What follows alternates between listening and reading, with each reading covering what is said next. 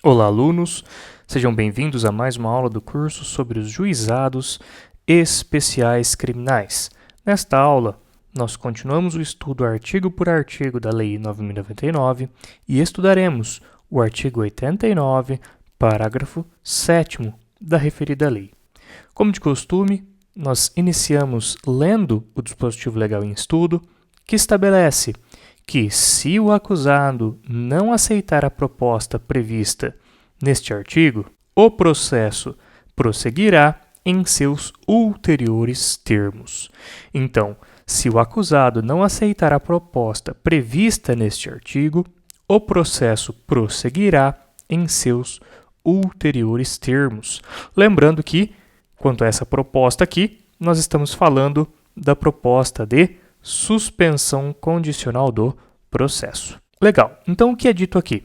É dito que a suspensão condicional do processo, ela pode ou não ser aceita pelo autor do fato, que é evidente, ele pode ou não aceitar a proposta. Se ele não aceitar a proposta, o processo seguirá normalmente, ou seja, o processo não será suspenso. Então esse artigo aqui ele é muito direto, muito simples, né? Simplesmente está dizendo o seguinte, olha, se ele aceitar a proposta, ótimo, suspende o processo. Agora, se porventura ele não aceitar a proposta, aí o processo segue normalmente. Vai ter a instrução processual, enfim, vai ter todo o andamento regular do processo, tá? A questão que eu gostaria de levantar aqui para vocês, em acréscimo a essa situação, é só para lembrá-los, vocês lembram que eu fiz para vocês uma pergunta numa aula anterior, falando que, olha, e se houver divergência entre a vontade do autor do fato e a do seu defensor? O que prevalece?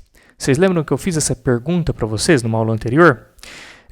Nós podemos usar esse dispositivo para responder essa pergunta.